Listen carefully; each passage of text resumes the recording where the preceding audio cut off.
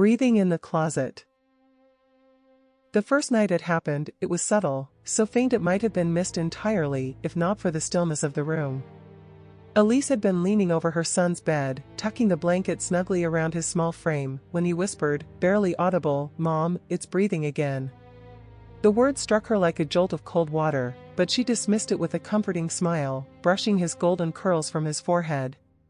"You've been watching too many spooky cartoons," she said, her voice carrying the practiced calm of a parent trying to soothe a child's runaway imagination. But as she turned off the bedside lamp, her ears pricked at the silence that followed. Except it wasn't silent. From the direction of the closet came the faintest sound, a rhythmic, shallow rasp, like air being drawn through a cracked window. She froze, her fingers hovering above the light switch, her heart thudding in her chest. Logic wrestled with instinct, and logic won. The house was old. Floorboards creaked, pipes groaned, and the heating system made noises that could mimic anything from footsteps to whispers. Nothing unusual, she told herself firmly, shutting the door behind her. For a week, her son continued to complain. Every night, without fail, he would tell her the same thing, "It's breathing again."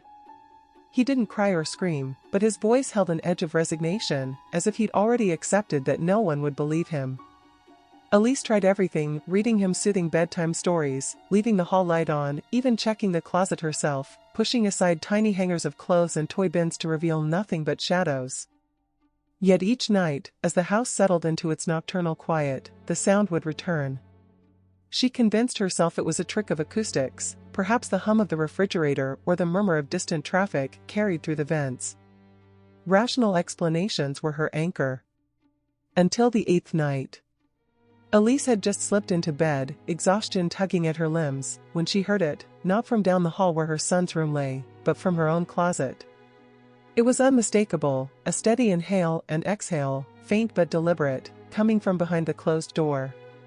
Her mouth went dry, and she sat up, straining to hear over the pounding of her pulse.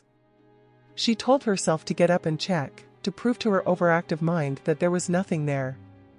But her legs refused to move. Minutes stretched into an eternity as the sound continued, unbroken, until finally, she reached for her phone and turned on its flashlight. The pale beam cut across the room, landing on the closet door. It was slightly ajar. Elise's stomach twisted. She distinctly remembered locking it earlier that evening. The old brass key, bent and scratched from years of use, was still in its slot.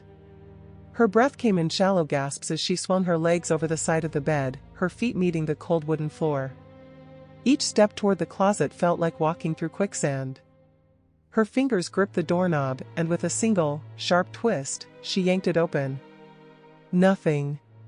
Just a row of neatly hung clothes swaying gently from the motion, their shadows dancing eerily along the walls. The breathing had stopped. She locked the door again, double-checking this time, and climbed back into bed, clutching the covers like a shield. Sleep didn't come easily that night, and when it did, it brought dreams of suffocating darkness and an overwhelming sense of being watched. The next morning, Elise tried to shake off the unease as she poured herself a cup of coffee. The kitchen was bathed in soft winter light, the world outside calm and ordinary. Yet, every creak of the floorboards behind her made her flinch. She kept glancing at the clock, counting down the minutes until she could drop her son, Max, off at school and steal a moment to herself. She wasn't sure what unnerved her more, her own spiraling anxiety or the possibility that her son might not be imagining things after all. "Mom," Max said, his voice breaking her thoughts. He stood at the edge of the kitchen, clutching his backpack. "Can we switch rooms?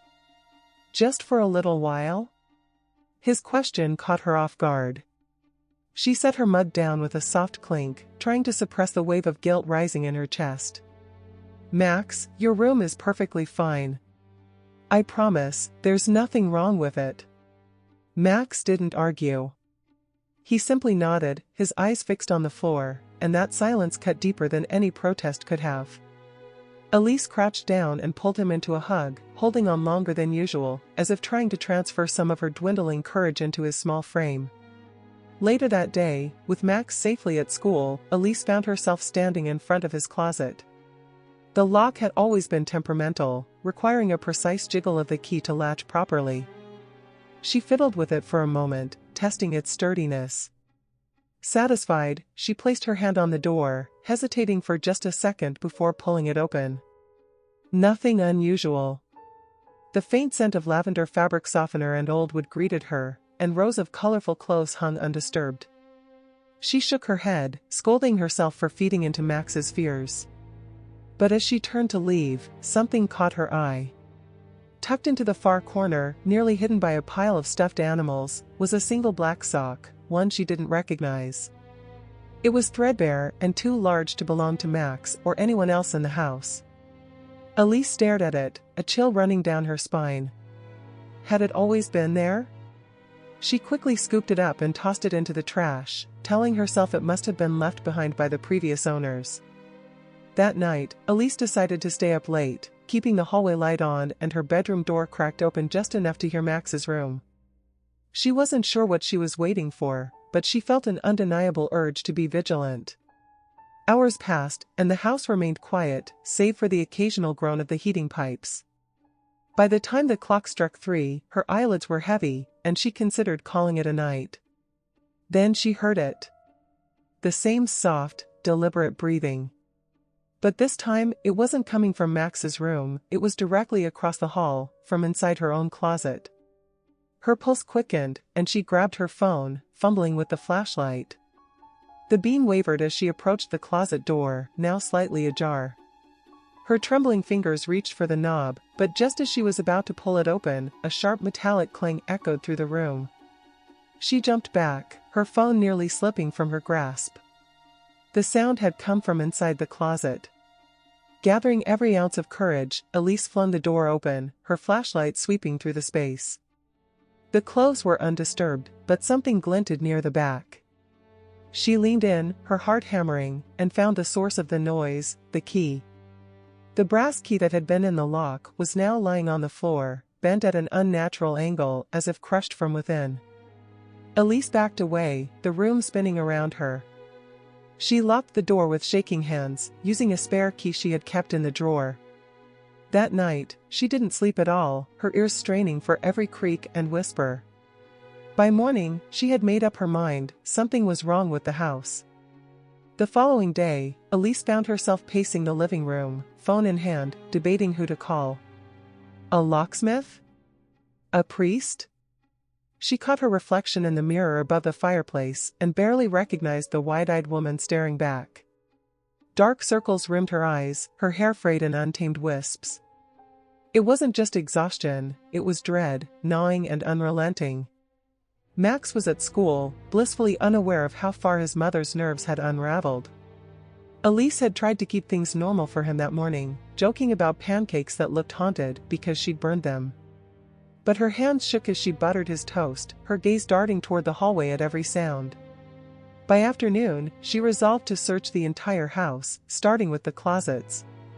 Armed with a flashlight, she began with Max's room, pulling everything from the closet: clothes, toys, a forgotten set of building blocks.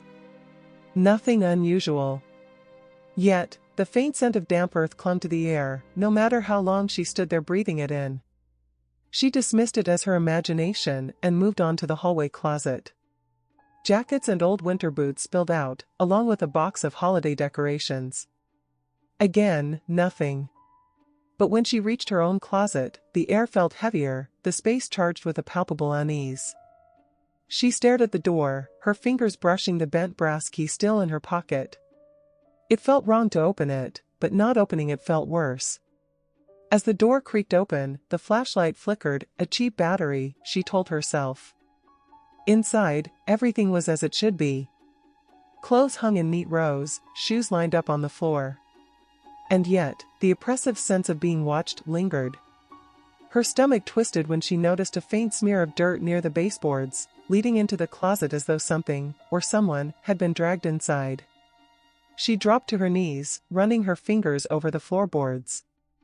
They seemed solid, but the dirt wasn't her imagination. It was real, gritty under her nails. Elise's breathing quickened as she began tapping on the floor, listening for anything unusual. On the fourth tap, the sound changed, hollow, faint, as if there was a void beneath the boards. She froze, her hand hovering above the spot. The logical part of her mind screamed to stop, to leave it alone, but something deeper, darker, urged her to continue. With a knife from the kitchen, she pried at the edges of the plank, her palm slick with sweat. The board came loose with a groan, revealing a small, dark cavity beneath. Inside was a bundle wrapped in decaying cloth. The smell hit her immediately, earthy, damp, and faintly metallic. Her stomach churned as she peeled back the fabric to reveal a small porcelain doll, its painted face cracked and peeling. But it wasn't the doll that made her stomach lurch. It was the long strand of human hair tangled around its neck. Elise dropped the bundle, stumbling backward. The flashlight slipped from her grip, its beam rolling across the room like a searchlight. For a moment, everything was still. Then came the breathing. It was no longer faint or rhythmic. It was harsh, labored, like the rattling lungs of someone gasping for their last breath. And it wasn't coming from the closet anymore, it was coming from directly behind her. She spun around, her breath catching in her throat, but the room was empty. The flashlight's beam flickered again, casting jagged shadows across the walls. The sound grew louder, closer, until she could feel it on the back of her neck, a warmth, damp and suffocating. Elise screamed, bolting from the room and slamming the door shut behind her. She pressed her back against it, her chest heaving as she struggled to catch her breath. The breathing stopped. For a moment, she thought she'd imagined it all, until she felt the vibration, a rhythmic thumping against the door, as though something inside was trying to get out. Elise grabbed her phone and dialed the only number that came to mind, her sister, Jenny, who lived 2 states away. The call went straight to voicemail, but Elise didn't care. "Jenny, it's me," she stammered, her voice barely a whisper. "Something's wrong. I don't know what's happening, but..." Her words caught in her throat as the thumping stopped. Silence filled the air, thick and unnatural. Elise held her breath, waiting, listening. Then, from the other side of the door, came a single word, spoken in a voice that was neither male nor female, neither young nor old. It was guttural, distorted, like a broken recording. "Stay." The phone slipped from her hand, clattering to the floor. Elise didn't wait to hear more. She grabbed her car keys and fled the house, her heart pounding as she sped down the driveway. But as she glanced in the rearview mirror, she saw it, the closet door in her bedroom, visible through the upstairs window. It was wide open. Elise didn't stop driving until she reached the motel on the edge of town, her hands trembling as she handed over her credit card to the disinterested night clerk. The fluorescent lights buzzed overhead, the hum a cruel reminder of how far she was from the quiet safety she once felt at home. The room smelled faintly of bleach and old carpet, but it was a reprieve from the oppressive atmosphere she'd fled. She double-checked the lock on the door and shoved a chair against it for good measure before collapsing onto the stiff mattress. Her mind raced, replaying the events of the day. She'd always considered herself rational, the kind of person who looked for logical explanations. But what explanation could there be for that voice, that single, distorted word? The memory sent a shiver down her spine, and she wrapped her arms around herself, trying to stop the trembling. At some point, exhaustion took over, and she fell into a fitful sleep. But the nightmares came quickly, dark shapes looming in the corners, whispers that sounded like distant breathing, and the doll's cracked face staring up at her with lifeless eyes. She jolted awake, her heart pounding in her chest, only to find the room unnervingly still. The digital clock on the bedside table glowed red. 3:15 a.m. Elise sat up, her ears straining for any sound. The faint hum of the motel's heating system filled the air, accompanied by the occasional creak of the building settling. Normal noises. Mundane. She let out a shaky breath, trying to convince herself it was over. Then her phone buzzed. The sudden noise made her flinch, but relief washed over her as she saw Jenny's name flashing on the screen. She grabbed the phone, her fingers fumbling as she answered. "Jenny?" she whispered, her voice cracking. But there was no response. Just static, faint at first, then growing louder, crackling in her ear. Elise pulled the phone away, her breath hitching as she stared at the screen. The call was still connected, but Jenny wasn't there. The static shifted, and beneath it, she could hear the faint sound of breathing. Slow. Deliberate. She ended the call, her hands shaking as she set the phone down. The room felt colder now, the air pressing in around her like a suffocating weight. She stared at the phone, half expecting it to buzz again. But instead, the breathing started, this time from the far corner of the room. Elise froze, her eyes darting to the shadowy corner near the dresser. It was too dark to make out anything clearly, but she could feel it. The presence. Watching. Waiting. The breath came again, ragged and wet, accompanied by the faintest hint of a whisper. She grabbed the flashlight from her purse, the same one she'd used at home, and aimed it at the corner. The beam cut through the darkness, revealing nothing but peeling wallpaper and an old chair. The breath stopped. Relief was short-lived. A sound came from the bathroom this time, a faint scrape, like nails dragging against the tile floor. Elise's stomach churned, and her legs felt like lead as she forced herself to move. She crept toward the bathroom, the flashlight shaking in her grip. The door was slightly ajar, just enough for her to see the edge of the sink. Her own reflection caught her eye, distorted and pale in the mirror. She swallowed hard and pushed the door open with her foot, the hinges groaning in protest. The bathroom was empty. The sink dripped steadily, each droplet echoing in the tiny space. She stepped inside, her breath fogging up the mirror. Nothing seemed out of place, yet the unease refused to leave her. She turned back toward the door. And froze. The closet in her motel room was now open, the door hanging at an odd angle as if it had been forced.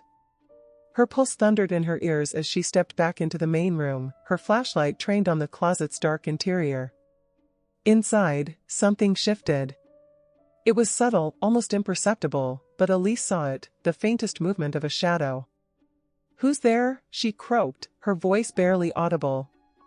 The shadow didn't respond. Instead, it stretched, elongating along the wall like ink spilled in water. The flashlight flickered, and for a moment, Elise thought she saw a shape, long, skeletal fingers, clutching the edge of the doorframe. She didn't wait to see more. She grabbed her purse and bolted for the door, yanking the chair aside with a loud screech. The lock resisted for a moment, her panic making her clumsy, but she managed to fling the door open and run into the night. The cold air hit her like a slap, and she stumbled toward her car, fumbling with the keys.